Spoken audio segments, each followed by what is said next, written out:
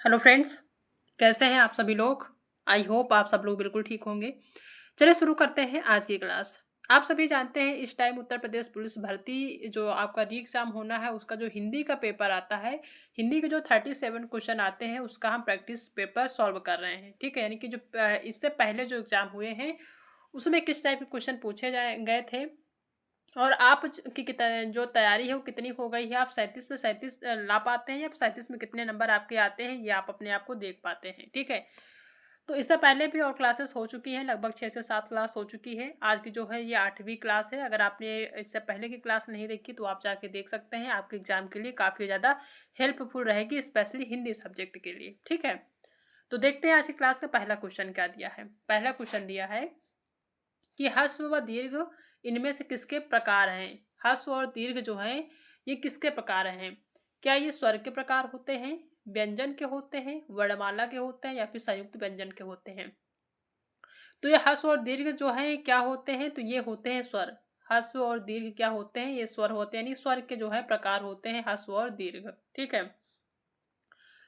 जो स्वर होते हैं उनके 3 प्रकार होते हैं। एक आपका ह्रस्व स्वर होता है, दूसरा दीर्घ होता है और तीसरा संयुक्त स्वर होता है। ठीक है, तो ह्रस्व और दीर्घ किसके प्रकार हैं, स्वर के हैं। पहला ऑप्शन यहाँ पे सही हो जाएगा। इनमें से कौन सा ऊष्म व्यंजन है। क्वेश्चन इंपॉर्टेंट है। ऊष्म व्यंजन कौन सा है, क्या या है, पा है, सा है या फिर टा है।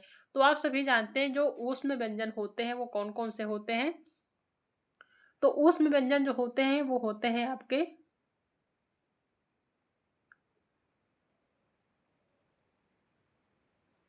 सीटी वाला सा होता है, ये सा होता है और ये सा होता है और ये सा होता है और साथ में हा होता है। ये क्या होते हैं, ये होते हैं ऊष्म व्यंजन। ठीक है, तो यहाँ पे जो ऊष्म व्यंजन है वो कौन सा है, क्या या है, या तो है नहीं क्योंकि या इसमें है नहीं, तो इसमें जो ऑप्शन है वो है आपका सा। ठीक है, यानी कि ये वाला सा, ये सीटी वाला सा। ठीक है, सलजम सा भी कहते हैं इसको, सीटी सा भी कहते हैं। ये होते हैं आपके कौन से ऊष्म व्यंजन होते हैं। ठीक है, अगर बात करें अंतस्थ व्यंजन की तो या जो है रा, ला और वा, ये चार जो शब्द वर्ड होते हैं ये होते हैं आपके अंतस्थ व्यंजन। ठीक है, और यहाँ पे पूछ रहा है ऊष्म व्यंजन, तो जो सा होता है ये सीटी वाला सा या सरोता वाला सा, इसको हम ऊष्म व्यंजन कहते हैं। नेक्स्ट क्वेश्चन है कि दी गई जोड़ियों में कौन सी जोड़ी सही संज्ञा व उससे बनने वाले विशेषण शब्द की है। दी गई जोड़ियों में कौन सी जोड़ी सही संज्ञा व उससे बनने वाले विशेषण शब्द की है।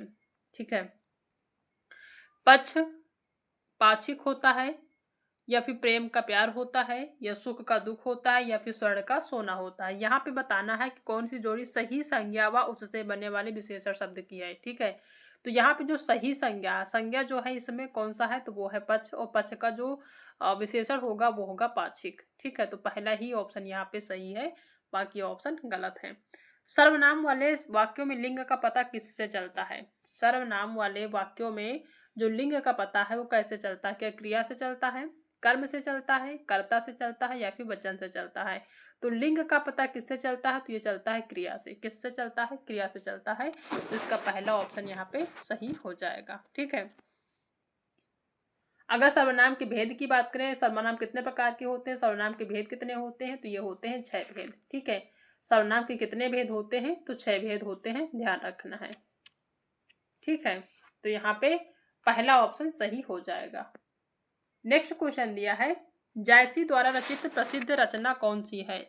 मलिक मोहम्मद जायसी का पूरा नाम होता है, जो जायसी है इनका पूरा नाम मलिक मोहम्मद जायसी होता है।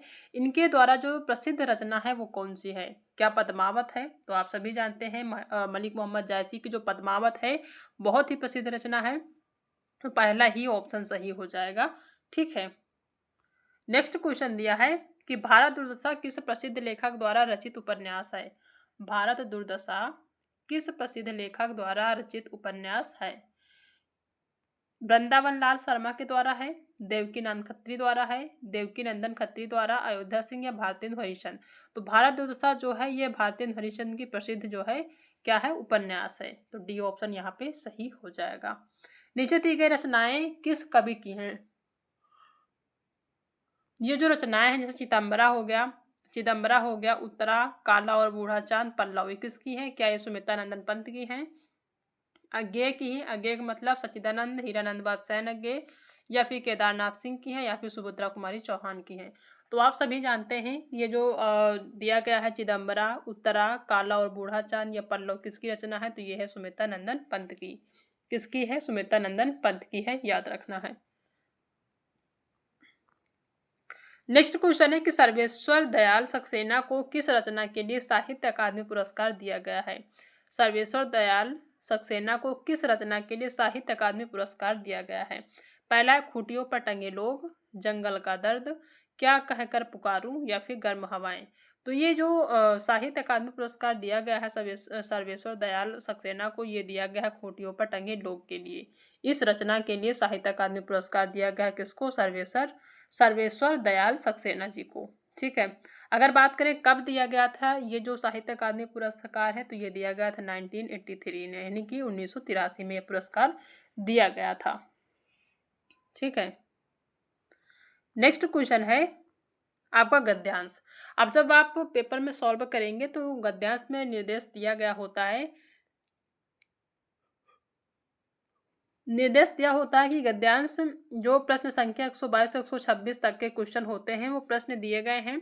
इस गद्यांश को ध्यानपूर्वक पढ़ें और 4 विकल्पों में से प्रत्येक प्रश्न का सर्वोत्तम उत्तर चुनें। कहने का मतलब जो गद्यांश में एक गद्यांश के नीचे जो क्वेश्चन होंगे 122 से 126, ये जो क्वेश्चन सॉल्व करने हैं आपको इस गद्यांश के अकॉर्डिंग सॉल्व करना है। जैसा गद्यांश में लिखा गया उसी के अकॉर्डिंग आपको आंसर देना है। इन कोई जो 122 से 126 तक के क्वेश्चन होंगे इसमें आपको अपना दिमाग खुद का नहीं लगाना है। ठीक है। गद्यांश के अकॉर्डिंग सॉल्व करना है। अगर गद्यांश में सही दिया है, जो चीज़ें दी है सेम टू सेम वैसे ही हमें आंसर देना है। ठीक है। अगर वो कह रहा है गद्यांश के अकॉर्डिंग कि ये आम के पेड़ को जामुन का पेड़ कह रहा तो हमें जामुन का पेड़ मान लेना है गद्यांश के अकॉर्डिंग। ठीक है। अब गद्यांश क्या लिखा है कि लगभग 5 शताब्दी पूर्व पुर्तगाली साहित्यकार डोमिंग पेस ने हम्पी यानी कि विजयनगर को सपनों की नगरी कहा था। यह संगम वंश के शासकों की राजधानी थी जिन्होंने 1936 में प्राचीन हम्पी के निर्माण स्थल पर विजयनगर साम्राज्य की नींव रखी थी।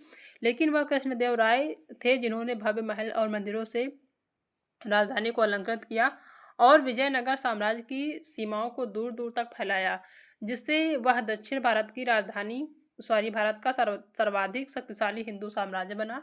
परंतु इस साम्राज्य की शक्ति का पतन पड़ोसी बहमई राज्यों के संघ के 1565 में संयुक्त आक्रमण से आरंभ हुआ। इस विजयनगर को परास्त करके नष्ट कर दिया गया। यह उस साम्राज्य का दुखद अंत था जो कभी अरब सागर से बंगाल की खाड़ी और दक्कन पठार से भारतीय प्रायद्वीप तक फैला था। विजयनगर के भग्नावशेष एक दूसरे पर टंगी विशाल चट्टानों की निर्जन दृश्यावली के बीच फैले हैं। दक्षिण भारत के राजनीतिक परिदृश्य में अपने उदय से पूर्व हम्पी कई शताब्दियों से एक प्रख्यात पावन स्थल था। रामायण में जैसा वर्णित है यह बाली शासित क्षेत्र किष्किंधा का एक भाग था। इस स्थान में बाली और सुग्रीव, हनुमान, राम, सीता, लक्ष्मण से जुड़ी अनेक घटनाएं घटी हैं। तुंगभद्रा नदी के पार स्थित वर्तमान एनीगोंडा दुर्ग इस बानर साम्राज्य का प्रमुख केंद्र था। हम्पी के चट्टानी पर्वत जैसे हेमकूट पर्वत, मातंगड़ पर्वत और माल्यावंत पर्वत का उल्लेख रामायण में मिलता है। तुंगभद्रा का प्राचीन नाम और पार्वती का नाम पंपा है, जिसने विरूपाक्ष रूपी शिव से विवाह किया था। इसी नाम पर इस नगरी का नाम पड़ा था। ठीक है। तो ये गद्यांश है। अब यहाँ पे क्वेश्चन दिया है कि किष्किंधा का भाग किसके शासन का हिस्सा था। क्या यह बलि के शासन का हिस्सा था, बाली के, या फिर जो है कृष्णदेव राय के, या फिर बहमई राज्यों के। ठीक है। तो किष्किंधा राज्य था वो जो किष्किंधा राज्य था उसका जो एक भाग था वो किसके शासन का हिस्सा था, तो वो था बाली के। ठीक है। राजा बाली जो थे उनके शासन का एक भाग था। ठीक है। तो यहाँ पे बी ऑप्शन सही हो जाएगा। नेक्स्ट क्वेश्चन है कि किसने हम्पी को सपनों की नगरी कहा था। हम्पी को सपनों की नगरी किसने कहा था। ब्रिटिश इतिहासकार डोमिंग पेस ने कहा था, या पुर्तगाली इतिहासकार डोमिंग पेस ने कहा था, या फिर वानर साम्राज्य के शासकों ने कहा था, या फिर कहा था पौराणिक पात्रों ने। तो हम्पी साम्राज्य को स्वप्नों की नगरी किसने कहा था, तो ये कहा था पुर्तगाली इतिहासकार डोमिंग पेस ने। किसने कहा था ये हम नहीं कह रहे, ये आपके गद्यांश के अकॉर्डिंग है। ठीक है। हम्पी साम्राज्य की शक्ति का पतन कैसे हुआ था? हम्पी साम्राज्य का जो पतन, शक्ति का पतन है, यानी हम्पी साम्राज्य, उसकी शक्ति का जो पतन है वो कैसे हुआ था? आपसी मनमुटाव से हुआ था? जी नहीं, इसकी तो बात ही नहीं हो रही, झगड़ा की भी नहीं बात हो रही। बात इस गद्यांश में हुआ था संयुक्त आक्रमण की। हम्पी साम्राज्य की शक्ति का पतन संयुक्त आक्रमण से हुआ था। ठीक है, तो सी ऑप्शन यहाँ पे सही है। विजयनगर के भग्नावशेष कैसी दृश्यावली के बीच फैले हैं? विजयनगर के जो भग्नावशेष है कैसी दृश्यावली के बीच फैले हैं? जनशून्य है, भीड़ भाड़ है, या फिर सघन है, या फिर हरियाली है? तो विजयनगर के जो भावनावशेष हैं वो जो है फैले हैं किससे? जनशून्य से। ठीक है, जनशून्य से फैले हैं। ठीक है, तो यहाँ पे पहला ऑप्शन सही हो जाएगा। विरूपाक्ष का समानार्थी शब्द पहचानिए। विरूपाक्ष जो दिया है इसका जो समानार्थी शब्द होता है वो क्या होता है? क्या विलक्षण नेत्रों वाला होता है, या फिर निर्जन होता है, या फिर गुस्सैल स्वभाव वाला होता है, या फिर होता है शक्तिशाली? ठीक है, तो यहाँ पे जो विरूपाक्ष का समानार्थी है वो है विलक्षण नेत्रों वाला। विरूपाक्ष का मतलब होता है विलक्षण नेत्रों वाला। ठीक है, अगर निर्जन की बात करें कि जो निर्जन शब्द है इसका समानार्थी क्या होता है, तो इसका होता है एकांत। निर्जन का जो होता है एकांत होता है, या फिर कह सकते हैं वीरान। ठीक है, ये क्या होता है? निर्जन। निर्जन को एकांत या वीरान कहते हैं। गुस्सैल स्वभाव वाले को क्या कहते हैं? जो बहुत ज़्यादा जो है गुस्सा करता हो उस कह सकते हैं ना। और शक्तिशाली का मतलब होता है कि क्षमता, ताकत, शक्ति। शक्तिशाली का जो है समानार्थी है वो ताकत होता है, क्षमता होता है, या फिर शक्ति होता है। ठीक है, तो यहाँ पे जो विरूपाक्ष है उसका समानार्थी होगा विलक्षण नेत्रों वाला। ठीक है, निम्नलिखित प्रश्न में चार विकल्प में से उस सही विकल्प का चयन करें जो दिए गए पद्य के उचित अलंकार रूप का सबसे अच्छा विकल्प है। यहाँ पे दिया है कि काली घटा का घमंड घटा। ये जो है लाइन दिया है, इसमें बताना कि कौन सा अलंकार है। क्या यहाँ पे यमक अलंकार है, अतिशयोक्ति है, उत्प्रेक्षा है, या फिर है उपमा? तो उपमा अलंकार तो यहाँ पे है नहीं, उत्प्रेक्षा भी नहीं है, किसी भी प्रकार की अतिशयोक्ति भी नहीं हो रही, बल्कि यहाँ पे क्या है? यमक अलंकार है, क्योंकि यहाँ पे दो शब्द यूज हुए हैं घटा। एक घटा आपका यहाँ देखने को मिल रहा है और एक घटा यहाँ पे। काली घटा का घमंड घटा, दो घटा आप देखने को मिल रहे हैं। ठीक है, तो यहाँ पे एक जो शब्द है उसके दो अर्थ हैं। एक घटा जो दिया है उसका अर्थ होता है बादल। ठीक है, एक घट्टा का बादल होता है और दूसरा का होता है घटना। ठीक है, घटना जो घट जाए। ठीक है, तो दो जो वहाँ यहाँ पे एक शब्द दिया है, और ठीक है, एक शब्द की आवृत्ति दो बार हुई है, और दोनों के जो अर्थ हैं वो अलग अलग हैं। ठीक है, तो जो यमक अलंकार होता है उसकी अगर परिभाषा की बात करें तो इसकी जो परिभाषा होती वो होती है कि जहाँ एक शब्द की आवृत्ति दो बार हो या दो से अधिक बार होती है, लेकिन उनके जो अर्थ होते हैं वो अलग अलग होते हैं, तो वो होता है कौन सा अलंकार? वो होता है यमक अलंकार। जैसे आप देख रहे हैं काली घटा का, यहाँ पर भी एक घटा यूज हुआ है और यहाँ पर भी एक घटा यूज हुआ। तो दो शब्द जो है जो एक शब्द है उसकी आवृत्ति दो बार हुई है, और दोनों शब्दों की जो अर्थ है वो अलग अलग है। एक घटा का अर्थ होता है बादल और दूसरे घटा का होता है घटना या कम हो जाना। ठीक है, नेक्स्ट क्वेश्चन है, उस सही विकल्प का चयन करें जो रेखांकित शब्दों के सही अव्यय के भेद हो। ठीक है, के बाहर के जो है जो यहाँ पे लिखा है कि दरवाजा के बाहर कोई खड़ा है, तो के बाहर में क्या है? रेखांकित है, तो इसमें बताना है कि कौन सा अव्यय का भेद है। क्या यहाँ पे समुच्चय बोधक अव्यय है, या फिर जो है यहाँ पे विस्मयादि बोधक अव्यय है, या फिर संबंध बोधक अव्यय है, या फिर निपात है? तो यहाँ पे समुच्चय बोधक अव्यय तो है नहीं है, विस्मयादि बोधक भी नहीं है, बल्कि यहाँ पे संबंध बोधक अव्यय है। दरवाजे के बाहर दिया है, तो यहाँ पे क्या है? कौन सा अव्यय है? तो यह है संबंध बोधक अव्यय। ठीक है, याद रखना है। नेक्स्ट क्वेश्चन दिया है कि उस सही विकल्प का चयन करें जो अशुद्ध वाक्य के शुद्ध रूप का सबसे अच्छा विकल्प है। उस शब्द का उस अशुद्ध वाक्य के शुद्ध रूप का अच्छा विकल्प है, यानी उस विकल्प का चयन करें जो अशुद्ध वाक्य के शुद्ध रूप का सबसे अच्छा विकल्प है। जो दिया है मैंने गांव जाना है, ये एक अशुद्ध वाक्य है, इसका शुद्ध बताना है। ठीक है, मैंने गांव जाना है ये शुद्ध तो है नहीं, ये अशुद्ध वाक्य है, और इसका जो शुद्ध होगा वो क्या होगा? मैं गांव जाना है बिल्कुल नहीं, मुझे गांव जाना है। क्या होता है? मैंने गांव जाना का जो शुद्ध होता है वो होता है मुझे गांव जाना है। मेरे को गांव जाना नहीं होता, मेरे को गांव जाना ये नहीं होता।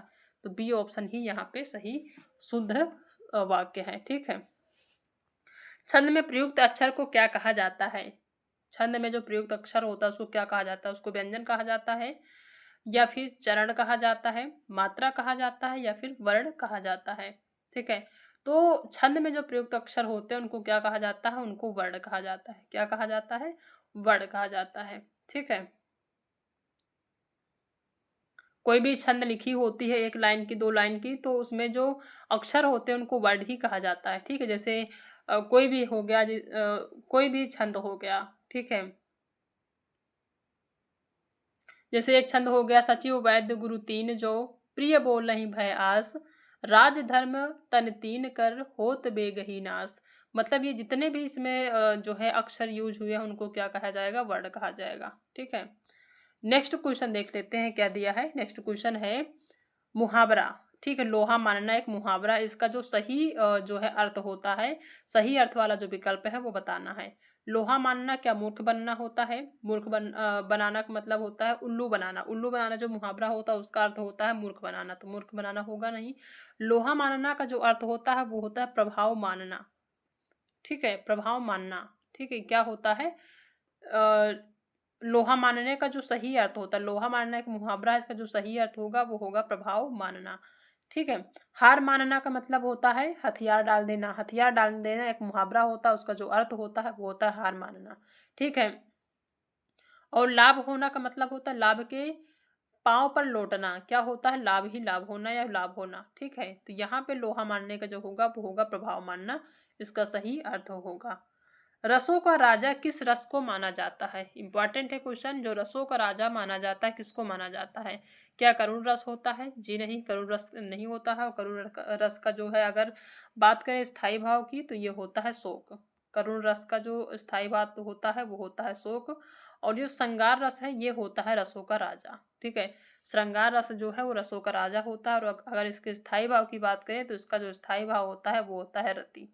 क्या होता है? श्रृंगार रस का स्थायी भाव रति होता है और इसको ही रसों का राजा माना जाता है। ठीक है, वीर रस का अगर जो है स्थायी भाव की बात करें तो उत्साह होता है, और हास्य रस का हास होता है। ठीक है, स्थायी भाव पूछे जाते हैं तो याद रखना है, हास्य रस का हास होता है, वीर रस का उत्साह होता है, श्रृंगार रस का रति होता है, करुण का शोक होता है। ठीक है, नेक्स्ट क्वेश्चन दिया है कि 4 विकल्पों में से उस सही विकल्प का चयन करें जो निर्देशानुसार वाक्य परिवर्तन वाला सही विकल्प है। यहाँ पे दिया है कि आप इस किताब को पढ़ें। ठीक है, यहाँ पे बताना है इसका सही विकल्प, यानी आप इस किताब को पढ़ें कर्मवाच्य, इसका जो सही विकल्प होगा वो क्या होगा? इस किताब को आपके द्वारा पढ़ा गया, ये होगा, या फिर क्या आपने इस किताब को पढ़ा, या फिर यह किताब आपके द्वारा पढ़ी गई, या फिर आपने यह किताब पढ़ा है। तो यहाँ पे जो होगा कर्मवाच्य में, यानी आप इस किताब को पढ़े हैं, इसको अगर कर्मवाच्य में बदला जाए तो वो होगा इस किताब को आपके द्वारा पढ़ा गया है। इस किताब को आपके द्वारा पढ़ा गया है। ठीक है, अगर इसको परिवर्तित करके जो सही ऑप्शन होगा इसका पहला ही ऑप्शन सही हो जाएगा। नेक्स्ट क्वेश्चन दिया है कि किसी के द्वारा कहे गए वचन को ज्यों का त्यों लिखने के लिए किस चिन्ह का प्रयोग किया जाता है? किसी के द्वारा किसी किसी के द्वारा कहे गए वचन को ज्यों का त्यों लिखने के लिए किस चिन्ह का प्रयोग किया जाता है? क्या योजक चिन्ह होता है, उद्धरण होता है, अल्प विराम होता है, या फिर अर्ध विराम होता है? तो योजक तो होता नहीं है। ठीक है, बल्कि यहाँ पे कौन सा होता है? ये होता है उद्धरण चिन्ह। उद्धरण चिन्ह जो होता है उसका जो यूज होता है वो किसी भी वाक्य को ज्यों का त्यों लिखने के लिए किया जाता है। कोई भी वाक्य लिखते हैं जैसे लिखा है वैसे ही अगर सेम टू सेम लिखना है तो उद्धरण चिन्ह का यूज इस तरीके से हम करते हैं, सेंटेंस को जो है कॉमा से बंद कर देते हैं। ठीक है, वो क्या होता है? उद्धरण होता है। ठीक है, नेक्स्ट क्वेश्चन है कि निम्नलिखित प्रश्न में 4 विकल्पों में से दिए गए शब्द के सही समास वाला विकल्प चयनिए। चंद्रशेखर में सही समास कौन सा है? चंद्रशेखर में जो समास है वो कौन सा है? चंद्र है शिखर पर जिसके, बिल्कुल सही, पहला ही सही हो जाएगा। चंद्र है शिखर पर जिसके, उनको क्या कहते हैं? चंद्रशेखर कहते हैं। ठीक है, चंद्र है जिसका नाम गलत है, चंद्र के समान है जो, चंद्र के जैसा है जो, गलत है। 3 ऑप्शन गलत है, पहला सही होगा। चंद्र है शिखर पर जिसके, उनको क्या कहते हैं? चंद्रशेखर कहते हैं। नेक्स्ट क्वेश्चन है कि उस विकल्प का चयन करें जो शब्द वाक्य का सबसे अच्छा एक शब्द विकल्प है। ठीक है, एक शब्द में जो विकल्प है वो है जिसका उत्साह नष्ट न हो गया हो, जिसका उत्साह नष्ट हो गया हो, सॉरी, सेंटेंस है जिसका उत्साह नष्ट हो गया हो, इसको अगर एक शब्द में कहना हो तो हम कौन सा शब्द यूज करेंगे? उत्साही यूज करेंगे, उद्यमी या फिर हतोत्साहित या फिर जिज्ञासु। तो जिसका उत्साह नष्ट हो गया हो उसको क्या कहेंगे? हतोत्साहित कहेंगे। एक शब्द में कोई भी व्यक्ति जो है जिसका उत्साह नष्ट हो गया है अचानक से, तो उसको क्या कहेंगे कि वो बच्चा जो है वो हतोत्साहित हो गया, यानी कि उसका उसका जो उत्साह है वो खत्म हो गया, हतोत्साहित हो गया है। ठीक है। नेक्स्ट क्वेश्चन है कि निम्नलिखित प्रश्न में 4 विकल्प दिए गए हैं जिनमें से एक शब्द दिया गया अनेकार्थी शब्द का एक अर्थ है, उस शब्द को चुने। जलज, जलज का जो अनेकार्थी होता है वो क्या होता है? ठीक है। क्या जलज को जहाज कहते हैं? तो जहाज तो कहते नहीं है। मछली कहते हैं, चतुर, हाथी। तो जलज का मतलब यहाँ पे जहाज, चतुर, हाथी नहीं होगा बल्कि मछली होगा। ठीक है। जलज के अनेकार्थी शब्द का जो अर्थ वाला विकल्प सही है वो है यहाँ पे मछली, बाकी ऑप्शन गलत है क्योंकि मछली भी जल में ही रहती है। ठीक है। नेक्स्ट क्वेश्चन है कि उस सही विकल्प का चयन करें जो निम्न वाक्य का पूर्वकालिक क्रिया परिवर्तन वाक्य बताता है। ठीक है। पहला है कि बच्चों ने सेंटेंस दिया है कि बच्चों ने गृह कार्य किया वे खेलने लग गए। बच्चों ने गृह कार्य किया वे खेलने लग गए। तो इसका जो सही जो है विकल्प है पूर्वकालिक क्रिया परिवर्तन में वो क्या होगा? क्या बच्चे गृह कार्य किए बिना खेलने लग गए, या फिर बच्चे गृह कार्य के बिना खेलने गए, या फिर बच्चे गृह कार्य करके खेलने गए? यहाँ पे ये सही होगा सी नंबर, बच्चे गृह कार्य करके खेलने गए। ठीक है। ये जो बच्चों ने गृह कार्य किया वे खेलने लग गए, ये जो वाक्य है इसका अगर पूर्वकालिक क्रिया में परिवर्तन करते हैं तो जो वाक्य बनता है वो बनता है बच्चे गृह कार्य करके खेलने गए। ठीक है। तो यहाँ पे सी ऑप्शन सही हो जाएगा। नेक्स्ट क्वेश्चन है कि निम्नलिखित प्रश्न में 4 विकल्पों में से रेखांकित पद के उचित कारक को पहचानिए। अब यहाँ पे जो रेखांकित है वो है हे प्रभु। ठीक है, रक्षा कीजिए। तो इसमें बताना कि कौन सा कारक है हे प्रभु में। क्या संबोधन कारक है? बिल्कुल सही, संबोधन कारक ही है। इसमें जो है आपको यहाँ पे ये निशान देखने को मिल रहा है। ठीक है। तो ये जो निशान होता है ये किसका निशान होता है? तो ये होता है संबंध का, संबोधन का निशान। ठीक है।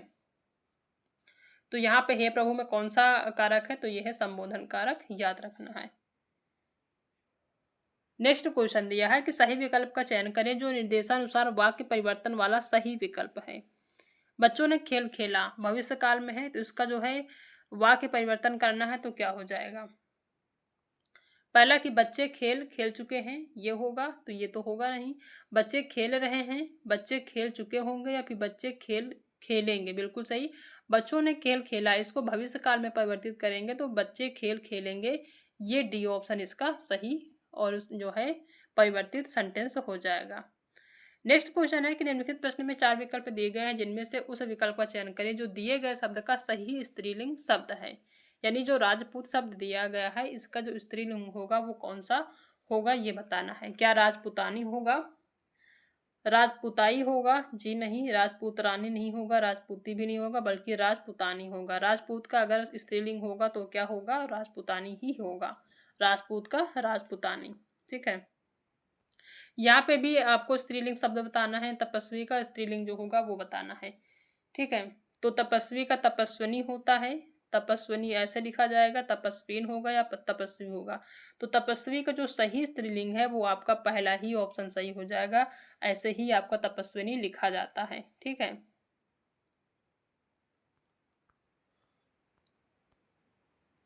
नेक्स्ट क्वेश्चन दिया है कि नीचे दिए गए शब्द का सही बहुवचन रूप वाला विकल्प पहचानिए। सही जो बहु विकल्प वाला रूप है वो बताना है। तलवारें होता है, तलवारों होता है, तलवार होता है, तलवार। तो उसका कोई भी जैसे तलवार है तो उसका जो बहुवचन होगा वो तलवारें होगा। ठीक है, क्या होगा? तलवारें होगा, याद रखना है। उस विकल्प का चयन करें जो सही विकल्प है उपसर्ग शब्द के अंत में लगते हैं। ठीक है, यानी कि यहाँ पे डैश है। उपसर्ग जो है वो शब्द के कहाँ पे लगते हैं? अंत में लगते हैं या फिर आरंभ में लगते हैं? ठीक है, तो उपसर्ग जो है कहाँ लगते हैं? अंत में लगते हैं, आरंभ में लगते हैं, क्रिया में लगते हैं, या फिर डी 8 दिया ये गलत है। ठीक है। तो जो उपसर्ग होते हैं वो कहाँ लगते हैं? तो किसी भी शब्द के आरंभ में लगते हैं। ठीक है, कहाँ लगते हैं? उपसर्ग कहाँ लगते हैं? किसी भी शब्द के आरंभ में लगते हैं। जैसे कोई भी शब्द है, ठीक है, जैसे पका, पका एक जो है मूल शब्द है, इसमें जो है अध लगा दिए उपसर्ग तो क्या हो जाएगा, अधपका हो जाएगा। तो कोई भी जो उपसर्ग है वो किसी भी मूल शब्द के पहले लगता है, आरंभ में लगता है, ठीक है। और प्रत्यय जो होते हैं वो मूल शब्द के बाद में लगते हैं, तो ये चीज ध्यान रखना है। नेक्स्ट क्वेश्चन है, चार विकल्प दिए गए हैं जिनमें से एक शब्द दिए गए शब्द का सही तद्भव रूप है, यानी कपोत का जो तद्भव है वो आपको बताना है। कपोत क्या है, तत्सम शब्द है, इसका जो तद्भव होगा वो क्या होगा ये आपको बताना है, ठीक है। कपोत का जो तद्भव होगा क्या गाल होगा, जी नहीं, कपोत का जो तद्भव होगा वो होगा कबूतर। कबूतर को कपोत कहते हैं, ठीक है। संस्कृत में कपोत कहते हैं और संस्कृत के जो शब्द होते हैं वो तत्सम होते हैं और तत्सम का जो बिगड़ा रूप होता है वो तद्भव होता है, ठीक है। तो कपोत का जो तद्भव होगा वो कबूतर होगा। नेक्स्ट क्वेश्चन है कि उस विकल्प का चयन करें जो प्रत्यय से नहीं बना है, जैसे चिकनाहट, क्या इसमें प्रत्यय लगा है, या फिर चांदनी, या फिर खटास, या फिर बखूबी। तो इस ऐसे जो सेंटेंस या ऐसा विकल्प चुनना है जो इसमें प्रत्यय नहीं लगा है। क्या नहीं लगा है, प्रत्यय नहीं लगा, यानी प्रत्यय से नहीं बना है, ठीक है। तो चिकनाहट में हट प्रत्यय लगा है, ठीक है। चांदनी में जो प्रत्यय है वो नी प्रत्यय लगा है। खटास जो है उसमें आस लगा है। लेकिन बखूबी में कोई भी प्रत्यय नहीं लगा है। जो बखूबी दिया है डी नंबर, इसमें कोई प्रत्यय नहीं लगा है, ठीक है। तो यहाँ पे डी ऑप्शन सही हो जाएगा। नेक्स्ट क्वेश्चन है, विपरीत बताना है, ठीक है। विपरीत अर्थ वाला विकल्प चुने। संयोग का जो विपरीत होगा वो क्या होगा, क्या वियोग होगा, अवशेष होगा, दुरुपयोग होगा, या फिर मिलन होगा। तो संयोग का जो विपरीत होता है वो होता है वियोग, सभी जानते होंगे संयोग का जो विपरीत होता है वियोग होता है। यहाँ पे संधि विच्छेद बताना है, ठीक है। जो उल्लास है इसका सही संधि विच्छेद बताना है।